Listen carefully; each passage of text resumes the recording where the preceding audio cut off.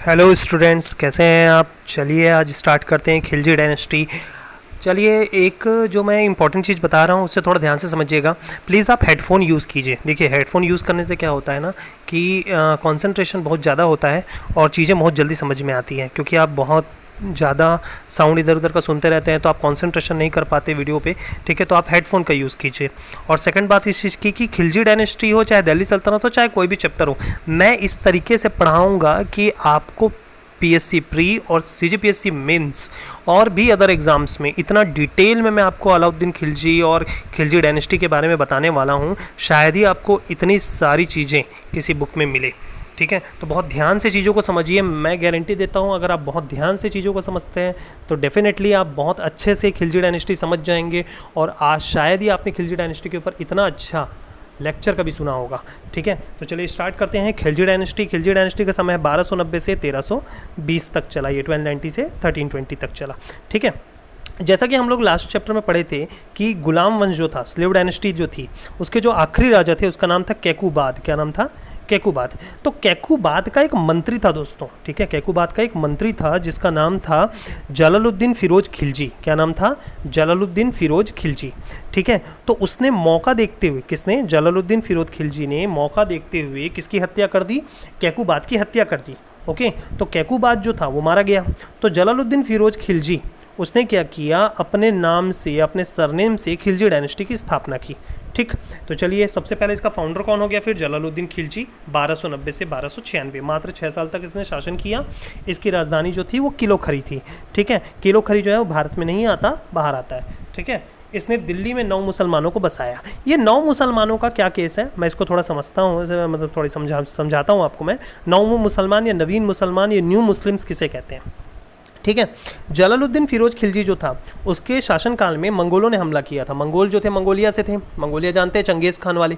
ठीक है, चंगेज़ खान ने इल्तुतमिश के समय में भी हमला किया था, तो बाद में भी उसके पर चंगेज़ खान तो खैर मर चुका था, लेकिन उसके बाद वाले जो मंगोलियन थे वो बार बार हमला करते रहते थे।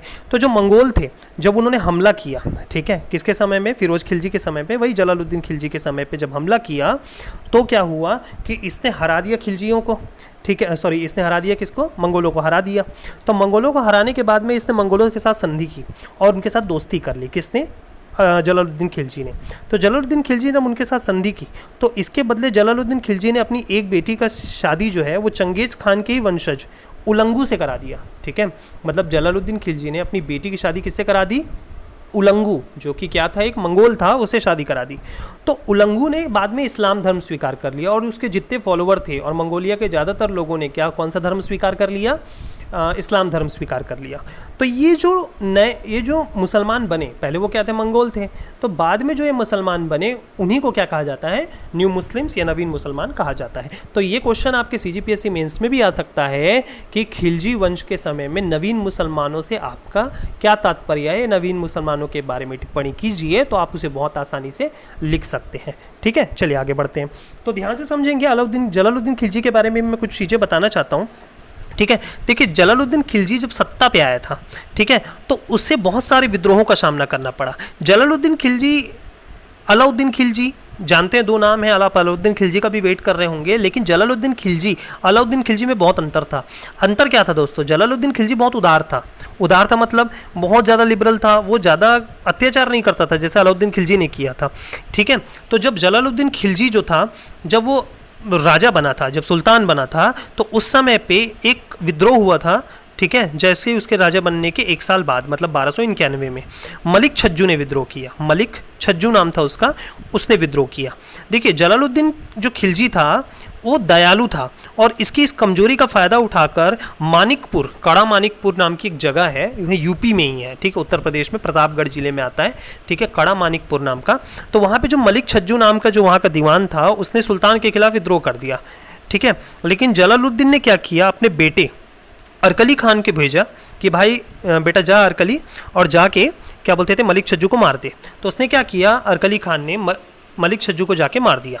ठीक है, तो इस तरीके से मलिक छज्जू का विद्रोह क्या हो गया? समाप्त हो गया। तो ये क्वेश्चन जरूर आता है कि मलिक छज्जू का विद्रोह किस सुल्तान के समय पे हुआ था? तो किसके समय पे हुआ था? आपका जलालुद्दीन खिलजी के समय पे हुआ था। ठीक है, और मलिक छज्जू कहाँ का सूबेदार था? मानिकपुर कड़ा, उत्तर प्रदेश वाला। ठीक है, वहाँ का सूबेदार था। ये मानिकपुर कड़ा आगे चल के भी आपको बहुत सारी जगहों पे मिलेगा। ये क्वेश्चंस बन सकते हैं। ओके दोस्तों, चलिए आगे बढ़ते हैं। जलालुद्दीन खिलजी के समय पे डाकू और जो ठग लोग थे, ठीक है, इन लोगों का कुछ ज़्यादा ही उपद्रव बढ़ गया था, ज़्यादा ही वो लोग नाटक करने लग गए थे। क्यों?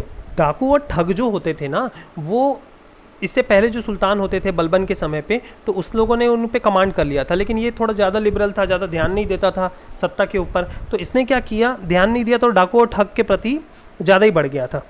लेकिन जलालुद्दीन खिलजी को जब लगा बहुत ज़्यादा हो गया, डाकू और ठगों का अंत मतलब उपद्रव कुछ ज़्यादा ही हो गया है, तो उसने फिर क्या किया, उनको कंट्रोल किया। लेकिन सबसे बड़ी चीज़ क्या थी, ठीक है, उन्होंने उसको छोड़ दिया। डाकू ठगों को ये बोला कि तुम्हें सुधरने का एक मौका देता हूँ। बल्कि हम ये देखते हैं कि जितने भी मुस्लिम सुल्तान हुए वो कट्टरपंथी होते थे, वो इतना जल्दी किसी को माफ़ नहीं करते थे, वो सीधा फांसी में लटका देते थे। लेकिन जलालुद्दीन खिलजी जो था वो थोड़ा ज़्यादा उदार था। उसने डाकू ठग जो हिंदू भी थे, मुस्लिम भी थे और अदर कम्युनिटीज़ भी थे, ठीक है, उन सबको उसने माफ़ कर दिया। ठीक है, तो सुल्तान बहुत ज़्यादा उदार थे। तो इस चीज़ का फ़ायदा भी किसने उठाया, मैं आपको बताता हूँ। एक तीसरा केस जो इसके समय पे हुआ, सीदी मौला, ठीक है, सीदी मौला नाम के एक व्यक्ति थे जिन्होंने सुल्तान के खिलाफ विद्रोह किया। ठीक है, तो पहले तो मलिक छज्जू का विद्रोह हम लोगों ने देखा, दूसरा डाकू और ठगों वाला केस देख लिया, अब सीदी मौला का अब देखते हैं। सीदी मौला जो थे उसने सुल्तान के खिलाफ क्या किया, षड्यंत्र किया। और उसने क्या किया, सारे जो थे सुल्तान के जो लोग थे उनको अपनी तरफ करने की क्या की, उसने कोशिश की। लेकिन जलालुद्दीन खिलजी को पता चल गया और जलालुद्दीन खिलजी ने सीदी मौला की क्या करवा दी, हत्या करवा दी। ठीक है, तो ये जो केसेस हैं ये इनसे रिलेटेड हैं। ठीक, अब चलिए समझते हैं एक चीज़। एक जो मेन जो समस्या है वो आपको समझनी है। देखो यहाँ पर अब नाम आता है आपका अलाउद्दीन खिलजी का। ठीक है, अलाउद्दीन खिलजी, जब जलालुद्दीन खिलजी का कौन था ये पहले समझ लेते हैं। अलाउद्दीन खिलजी जो है वो जलालुद्दीन खिलजी का भतीजा था, बाद में उसका दामाद भी बना, जैसा कि आपने मूवी में देखा था पद्मावत में। ठीक है, लेकिन हम मूवी के हिसाब से बात नहीं करेंगे, मूवी में थोड़ा मिर्च मसाला डाल दिया गया था। ठीक है, तो हम थोड़ा चीज़ों को बेहतर तरीके से समझते हैं। तो अलाउद्दीन जो था वो सुल्तान का भतीजा था, मतलब जलालुद्दीन का भतीजा था। उसने क्या किया, जब मलिक छज्जू का विद्रोह हुआ था, मैंने आपको बताया मलिक छज्जू कहाँ का था, मानिकपुर का क्या था, सूबेदार था, जिसने षड्यंत्र किया था जलालुद्दीन खिलजी के खिलाफ। तो उसने क्या किया था, जलालुद्दीन खिलजी ने अलाउद्दीन को, ठीक है, मानिकपुर कड़ा का क्या बना दिया था, सूबेदार बनाया था। लेकिन अलाउद्दीन ने क्या किया, अपने जो ताकत है उसका दुरुपयोग करने की कोशिश की। वो शुरू से क्या बनना चाहता था, सुल्तान बनना चाहता था। लेकिन वही है, जलालुद्दीन खिलजी सुल्तान है तो करे कैसे, चाचा सुल्तान है लेकिन चाचा को मार के क्या करना है, सुल्तान बनना है। तो उसको खुश करने के लिए वो क्या करता था और अपने शक्तियों का भी दुरुपयोग कर रहा था। वो अलाउद्दीन ने 1292 में मालवा पे हमला करके उसको जीत लिया। मालवा मतलब उज्जैन वाला एरिया, जो इंदौर उज्जैन वाला एरिया एमपी में, उस एरिया को जीत लिया। फिर 2 साल बाद उसने 1294 में देवगिरी पे हमला कर दिया। बल्कि देवगिरी पे हमला करने का आदेश जलालुद्दीन ने नहीं दिया था। जलालुद्दीन ने बोला था बेटा उस तरफ नहीं जाना तू, ठीक है, मतलब नर्मदा पार नहीं करना है तेरे को। लेकिन नर्मदा नदी पार करके वो पहुंच गया औरंगाबाद महाराष्ट्र आज के, वहाँ पे देवगिरी का किला उसने जीत लिया और वहाँ के राजा रामचंद्र देव को उसने क्या कर दिया, हरा दिया और बहुत सारी प्रॉपर्टी और संपत्ति धन वन सब लूट लिया। ठीक है, अब अलाउद्दीन जो था उसने क्या किया था, आदेश का अवहेलना कर दी थी, तो जलालुद्दीन भड़क गया था। तो अलाउद्दीन ने बोला कि चलो ठीक है, एक काम करते हैं, माफ़ी मांग लेते हैं जलालुद्दीन से। तो उसने बोला जलालुद्दीन जी, मतलब चाचा जी, आप एक काम कीजिए, मानिकपुर पहुंचिए मेरे किले पे, मैं पूरा पैसा लेके वहाँ पहुँच रहा हूँ, आप पूरा पैसा रख लो और सॉरी मैं माफ़ी आपी मांगता हूँ। उसने लेटर वेटर लिख के भेज दिया। अब जलालुद्दीन कहाँ पहुँचा, मानिकपुर पहुँचा। ठीक है, दिल्ली से कहाँ पहुँचा, मानिकपुर पहुँचा। मानिकपुर मतलब वही यूपी में है। तो दोनों बीच में आके मिले, मतलब वही मानिकपुर का तो सूबेदार था ही अलाउद्दीन खिलजी, तो वहाँ आके मिला। और जैसे ही दोनों आके वहाँ पे मिले तो धोखे से हत्या कर दी अलाउद्दीन खिलजी ने, किसकी, जलालुद्दीन खिलजी की, और खुद सुल्तान बन गया। ठीक है, तो चलिए अलाउद्दीन खिलजी के बारे में पढ़ते हैं अब। अलाउद्दीन खिलजी 1296 में राजा बना और 1316 तक वो शासक रहा। तो लगभग समझ लो 20 साल उसने सल्तनत की। लेकिन 20 साल में उसने क्या क्या किया दोस्तों, बहुत गजब किया। आगे देखते हैं। अच्छा, इसके अन्य नाम क्या है, अलाउद्दीन खिलजी के अन्य नाम, अली गुरशप, सिकंदर सैनी और दूसरा सिकंदर इसे हम कहते थे। ठीक है, उसके बाद में इसने अपने चाचा एवं ससुर जलालुद्दीन खिलजी की हत्या करके सिंहासन प्राप्त किया, ये मैंने बता दिया। अलाउद्दीन खिलजी ने मलिक कफूर की सहायता से देवगिरी, वारंगल, द्वार समुद्र और मदुरई को हराया। ठीक है, तो ये तो आपके सामने लिखा हुआ है, लेकिन अब थोड़े से इसके बारे में जानते हैं। देखिए, जब अलाउद्दीन खिलजी जब सुल्तान बना। तो जलालुद्दीन खिलजी के जितने भी बेटे थे, ठीक है, ये सब लोगों के बीच में आपस में ही लड़ाई हो गई थी और इस चीज़ का फ़ायदा अलाउद्दीन खिलजी ने खूब उठाया था। ठीक है, जब जलालुद्दीन खिलजी जब राजा था तो ही उसके बेटे उसके खिलाफ षड्यंत्र कर रहे थे और इसी चीज़ का फ़ायदा अलाउद्दीन खिलजी ने उठाया था। अलाउद्दीन खिलजी से जनता बहुत भड़क गई थी क्योंकि जलालुद्दीन खिलजी जैसा भी था उदार था। ठीक है, तो इस चीज़ का लोगों को बहुत दुख था कि जलालुद्दीन खिलजी की हत्या अलाउद्दीन खिलजी ने कर दी। लेकिन अलाउद्दीन खिलजी जानता था कि जनता लालची होती है, ठीक है, तो उसे अगर पैसे दे दिए जाए तो खुश हो जाएंगे। तो उसने क्या किया था, जो देवगिरी से जो पैसा लूटा था, देवगिरी से, उसने सारे पैसों को कहाँ बांट दिया, लोगों के बीच में बांट दिया, जिससे लोग बहुत खुश हो गए, बोले कोई बात नहीं, जैसा भी है भाई अलाउद्दीन खिलजी अच्छा आदमी, पैसा तो दिया, ठीक है, नहीं तो लोग तो टैक्सी लेते रहते हैं। लेकिन क्या क्या करने वाला था ये जनता नहीं जानती थी। ठीक है, बाद में क्या हुआ देखिए, उसके बाद में क्या किया, अलाउद्दीन खिलजी जैसे ही सुल्तान बना, अलाउद्दीन खिलजी ने जलालुद्दीन के सारे बेटे, ठीक है, सारे बेटों के नाम मैं बताता हूँ, अरकली खान था, रुकनुद्दीन था, अहमद था, इन तीनों को बंदी बना लिया और उन्हें अंधा करके कारागार में डाल दिया, जहां उन सब की क्या हो गई, मौत हो गई। ठीक है, अच्छा, अलाउद्दीन खिलजी ने बाद में क्या किया, अलाउद्दीन खिलजी ने क्या किया था कि अमीरों को दंड दिया। अमीर कौन, जो जलालुद्दीन खिलजी के खिलाफ क्या कर रहे थे, षड्यंत्र कर रहे थे, वो अलाउद्दीन खिलजी के खिलाफ भी षड्यंत्र करते थे, तो उन सब को उसने क्या कर दिया, मारना चालू किया। ठीक है, उनको दंड देना चालू किया, बोले इज्जत से रहो नहीं तो मारे जाओगे। ठीक है, चलिए अब आगे बढ़ते हैं। अब अलाउद्दीन खिलजी की सैनिक उपलब्धियों के बारे में पढ़ते हैं। सैनिक उपलब्धियां मतलब उसने कौन कौन सी जगहों को जीता। अलाउद्दीन खिलजी ने गुजरात के ऊपर हमला किया 1297 में। कब हमला किया, 1297 में, 1297 में इसने गुजरात पे हमला किया। गुजरात पे हमला करने के लिए अलाउद्दीन खिलजी ने अपने दो सेनापति उलुग खान और नुसरत खान को भेजा था। किसको भेजा था, उलुग खान और नुसरत खान को भेजा था। ठीक है, इसके बाद में फिर इसने 1299 में, उसके 2 साल बाद, गुजरात के जीतने के बाद 2 साल बाद, ठीक है, रणथंबोर राजस्थान के ऊपर हमला किया। इस बार भी उसने उलुग खान और नुसरत खान को भेजा, ठीक है, जिन्होंने किसको जीता, रणथंबोर को जीता। लेकिन क्या हुआ कि रणथंबोर और गुजरात जीतने के समय पे एक बड़ी समस्या चल रही थी। वो समस्या क्या थी, समस्या ये थी कि यहाँ पर जो नवीन मुसलमान थे, नवीन मुसलमान जिनको जलालुद्दीन खिलजी ने बसाया था, उनके अलाउद्दीन खिलजी के सैनिकों के साथ में क्या हो गई थी, लड़ाई हो गई थी, जिसके दौरान में नवीन मुसलमानों ने कई सारे खिलजी के सैनिकों की क्या कर दी, हत्या कर दी। इसके बाद खिलजी ने नवीन मुसलमानों को अपने राज्य से भगा दिया और उसके बाद में उनको मारना स्टार्ट कर दिया था।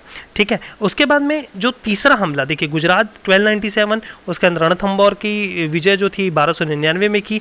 1303 में सबसे फेमस जो हमला था, ठीक है, अलाउद्दीन खिलजी का था और अलाउद्दीन खिलजी ने हमला किया था चित्तौड़ के ऊपर। चित्तौड़ में हमला करने के अलग अलग रीजंस बताए जाते हैं इतिहासकारों के द्वारा, लेकिन जो हम लोग का जो फेमस रीज़न जो आप सभी लोग जानते हैं वो है आपका पद्मावती वाला केस। ठीक है, रानी पद्मावती को पाने के लिए अलाउद्दीन खिलजी ने चित्तौड़ के ऊपर हमला किया था और रानी पद्मावती के जो पति थे उनका नाम राजा रतन सिंह था।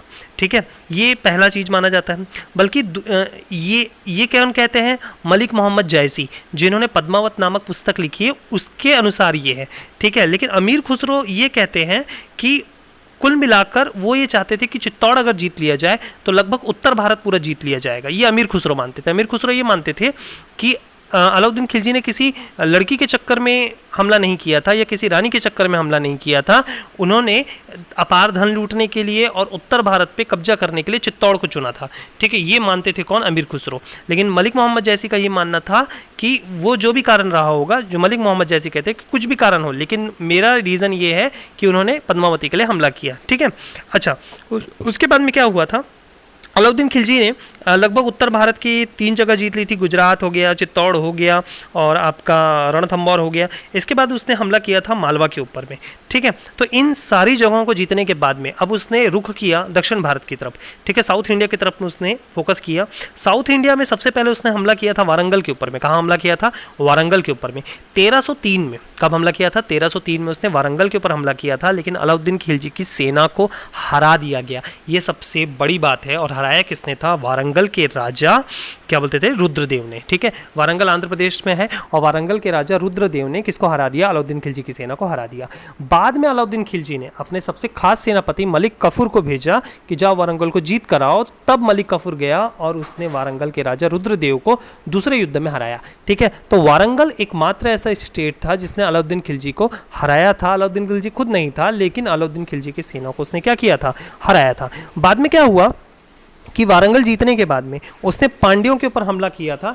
पांड्य डायनेस्टी जो साउथ इंडिया में थी, तमिलनाडु और केरला तरफ थी, उसको हराया और उसके बाद में उसने देवगिरी पर फिर से हमला किया। ये इसे दक्षिण भारत पे हमले कहा जाता है। ठीक है, तो देवगिरी पर जब उसने हमला किया तो देखिए देवगिरी पे पहले राजा कौन थे, रामचंद्र देव, लेकिन बाद में उनका बेटा जो था शंकर देव राजा बन गया था देवगिरी का। तो शंकर देव के ऊपर उसने हमला कर दिया मलिक कफूर ने। तो आप ये समझिए कि नुसरत खान, उलग खान, ये जो लोग थे ये नॉर्थ ईस्ट एरिया में अलाउद्दीन खिलजी को जिता रहे हैं और साउथ इंडिया में मलिक कफूर मेन लड़ रहा है किससे, साउथ के राजाओं से। ठीक है, तो उसके बाद में फिर क्या हुआ था, इस तरीके से उत्तर भारत और दक्षिण भारत में पूरी तरीके से अलाउद्दीन खिलजी ने क्या कर दिया, अपना सल्तनत स्थापित किया। तो चलिए अब पीडीएफ के कुछ पॉइंट्स को हम पढ़ते हैं। ठीक है, अच्छा ध्यान से समझेंगे। इसने अपनी राजधानी सीरी को बनाई, इस पॉइंट पे हम लोग देखते हैं। ठीक है, इसने अपनी राजधानी किसको बनाई थी, सीरी को बनाई थी। ठीक है, सीरी जो है वो दिल्ली में ही है दोस्तों। ठीक है, दिल्ली में आप अगर आएंगे तो सीरी फोर्ट है दिल्ली के आसपास, तो वहाँ पे आप घूम सकते हैं, बहुत अच्छी जगह है। ठीक है, तो सीरी को इसने अपनी कैपिटल बनाई थी, सीरी एक अलग शहरी बना दिया था उसने। अलाउद्दीन खिलजी ने दीवान रियासत का निर्माण करवाया था। देखिए दीवान रियासत जो थी वो आपका एक सैन्य विभाग था, जो उसका निर्माण किसने करवाया था, आपका अलाउद्दीन खिलजी ने करवाया था। इसने एक अलग धर्म बनाया। देखिए अलाउद्दीन खिलजी ये मानता था कि उसकी धार्मिक नीति ये थी कि अल्लाह को ये नहीं मानता था। ये बोलता था कि भाई अल्लाह मैं नहीं जानता कौन होता है। ठीक है, मैं ये मानता हूँ कि मैं अपने हिसाब से सत्ता चलाऊंगा और जीवन के अंत में मुझे क्या मिलेगा मैं नहीं जानता। ठीक है, ये इसका बड़ा फेमस डायलॉग था, लैनपुन बताते हैं इसको। ठीक है, तो अलाउद्दीन खिलजी दीवानी रियासत बनाया था, इसने एक अलग धर्म बनाया। ठीक है, अच्छा गाजी मलिक अलाउद्दीन खिलजी का उत्तर पश्चिम अभियान में सेनापति था। तो उलुग खान और नुसरत खान के अलावा एक और व्यक्ति था जिसका नाम था गाजी मलिक। तो गाजी मलिक जो था वो इसका क्या था, सेनापति था। ठीक है, अच्छा इसके बाद में फिर आगे बढ़ते हैं। अलाउद्दीन के सेनापति जफर खान की हत्या मंगोलों ने की। ठीक है, यहाँ पर ये देखेंगे आप पॉइंट, अलाउद्दीन के सेनापति जफर खान की हत्या किसने की थी, मंगोलों ने की थी। तो मंगोल जो थे उन्होंने अलाउद्दीन के सेनापति जफर खान की क्या कर दी थी, हत्या कर दी थी। जफर खान भी उसका एक सेनापति था। सेनापति काफ़ी होते थे अलाउद्दीन खिलजी के, पुराने सुल्तानों के भी काफ़ी सेनापति होते थे। तो बहुत सारे सेनापतियों के नाम है। ये सारे पॉइंट्स जो मैंने इकट्ठा करके रखे हैं दोस्तों, ये आपके अलग अलग एग्जाम्स में आए हैं, वन लाइनर पॉइंट्स हैं, उनको इकट्ठा करके मैंने यहाँ पे लिख दिया है। ठीक है, तो चलिए आगे बढ़ते हैं। अलाउद्दीन ने अलाई दरवाज़ा, हजरत सितम और अलाई किला नागौर में बनवाया। देखिए अलाई किला यहाँ पर नागौर में है, लेकिन अलाई दरवाज़ा और हजरत सितम ये आपका दिल्ली में ही है। ठीक है, अलाउद्दीन ने खालसा भूमि को विकसित किया। देखिए खालसा भूमि जो होती थी, बंजर भूमि होती थी, उसको उसने क्या किया, इकट्ठा करना चालू किया और वहाँ पर उसने टैक्सेस लगाना चालू किए ताकि रेवेन्यू ज़्यादा आ सके। ठीक है, उसके बाद में फिर 12 मासा पुस्तक की रचना मलिक मोहम्मद जैसी ने की। देखिए मैंने थोड़ी देर पहले बताया था कि मलिक मोहम्मद जैसी ने अपनी पुस्तक पद्मावत भी लिखी थी, और इसके अलावा एक और पॉइंट मिला तो मैंने मलिक मोहम्मद जैसी के ही पॉइंट में यहाँ पर मैंने लिख दिया दोस्तों। ठीक है, इन्होंने एक और पुस्तक लिखी थी जिसका नाम था क्या, आपका 12 मासा। ठीक है, पद्मावत की रचना मलिक मोहम्मद जैसी ने की, जैसे कि मैंने पहले बताया। चित्तौड़ की रानी रतन सिंह की पत्नी पद्मावती ने अपने पति के हारने के बाद क्या कर लिया था, जौहर कर लिया था। ये आजकल बड़ा कॉमन हो गया दोस्तों, ये तो सभी लोग जानते ही हैं। यह प्रथम सुल्तान था जिसने स्थायी सेना रखी और सैनिकों को नगद वेतन दिया। ठीक है, तो ये समझना है कि ये पहला सुल्तान था जिसने स्थायी सेना रखी और सैनिकों को क्या दिया था, इसने नगद वेतन दिया था। देखिए ये भी क्वेश्चन बहुत ज़्यादा पूछा जाता है कि किस सुल्तान ने सैनिकों को नगद वेतन दिया था और किसने अपनी परमानेंट आर्मी रखी थी। ठीक है, तो इसका आंसर सिर्फ एक ही आएगा, वो है आपका अलाउद्दीन खिलजी। इसने दाग और हुलिया की प्रथा शुरू की। देखिए दाग और हुलिया की प्रथा का मतलब ये होता था कि मैं आपको इसको थोड़ा डिटेल में बताता हूँ। देखिए अलाउद्दीन खिलजी जो था वो घोड़ों के दागने की प्रथा उसने शुरू की थी ताकि खराब घोड़ों को राज्य के अच्छे घोड़ों से बदला जा सके। ठीक है, और सैनिकों की हुलिया भी मंत्री जो होता था, जो सेना मंत्री होता था, वो अपने रजिस्टर में लिखता था ताकि ये जो है इस तरीके से सेना संगठित हो सके और भ्रष्टाचार को थोड़ा क्या किया जा सके, दूर किया जा सके। ठीक है, अच्छा इसने बिस्वा पद्धति शुरू की थी। वही बिस्वा पद्धति खालसा भूमि वाली जो है उसी के बारे में बताते हैं। तो ये क्वेश्चन ये बहुत डिटेल में, बिस्वा पद्धति बहुत बड़ा चैप्टर हो जाएगा, मतलब एक लगभग एक वीडियो बन जाएगा उसके ऊपर। बिस्वा पद्धति को आप ये समझ सकते हैं कि सीधा सीधा आंसर है MCQ के हिसाब से कि बिस्वा पद्धति किसने स्टार्ट की दोस्तों, तो अलाउद्दीन खिलजी ने की। ठीक है, अब इसके बाद में इसने बाजार नियंत्रण व्यवस्था लागू की, ठीक है। इसने क्या कौन सी व्यवस्था लागू की थी? बाजार नियंत्रण व्यवस्था। देखिए बाजार नियंत्रण व्यवस्था के बारे में पढ़ते हैं। देखिए अलाउद्दीन खिलजी ने सैनिक व्यवस्था की सफलता के लिए क्या किया था? बाजार पे डिपेंड हो गया था। उसकी जो सैनिक व्यवस्था थी, ठीक है, इसके लिए वो किसके ऊपर डिपेंड हो गया था? बाजार के ऊपर डिपेंड हो गया था। और उसने एक बड़ी सेना भी रखी थी, तो इसके लिए उसे मनी चाहिए होती थी, पैसा चाहिए होता था। तो उसने क्या किया? मार्केट कंट्रोल पॉलिसी अपनाई। मार्केट को कंट्रोल करोगे, पैसा अपने आप आएगा, ठीक है। तो इसने मार्केट कंट्रोल करने के लिए, बाजार नियंत्रण लागू करने के लिए इसने 4 चीज़ों के इस्तेमाल किए। सबसे पहला, इसने वस्तुओं के मूल्य का निर्धारण कर दिया, ठीक है। दूसरा, वस्तुओं की पूर्ति की व्यवस्था की। अब पूर्ति मतलब सप्लाई की व्यवस्था की कि पूर्ति कम नहीं होनी चाहिए, क्योंकि पूर्ति कम होगी तो फिर समस्या आएगी। वस्तुओं का उचित वितरण होना चाहिए, मतलब जो भी उत्पादन हो रहा है उसका सही तरीके से वितरण होना चाहिए। ये किसने कहा? आपका अलाउद्दीन खिलजी ने कहा था, ठीक है। इसके बाद में फिर आता है आपका बाजार पर प्रबंध, मतलब बाजार पे कंट्रोल करना है, भ्रष्टाचार को कम करना है।